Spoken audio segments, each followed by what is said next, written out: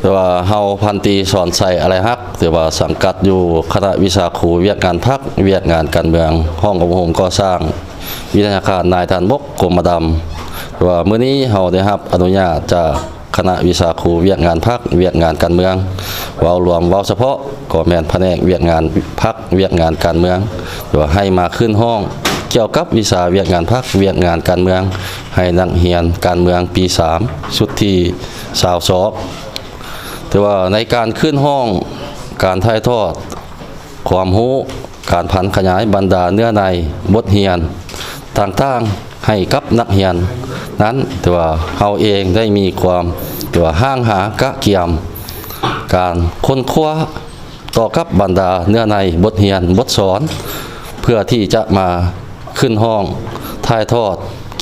ความรู้ให้บรรดาสหายนักเรียนนักศึกษาเพื่อให้เขาเจ้าได้นำเอาเนื้อในบทเรียนที่ได้เรียนไปนั้นไปจัดตั้งผันขยายมูลไซอยู่ในกรมกองให้ปรากฏผลเป็นจริงเราเองก็มีความแต่ว่ารู้สึกภาคภูมิใจเป็นอย่างยิ่งที่ได้มีโอกาสแต่ว่า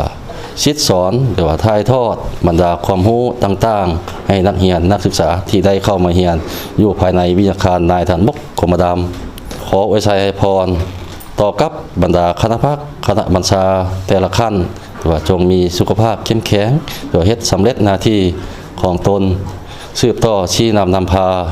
บรรดาองค์การกรมกองพนักงานทั้งหมดแต่ว่าให้มีความเข้มแข็งให้ในการปฏิบัติบรรดาหน้าที่เวียกงานอยู่ในกรมกองก็คือวิทยาการต่อกับวันสร้างตังของกองทัพที่ไกลจะหมุนเวียนมาฮอดในอีกเวลาหนึ่งขอขอบใจ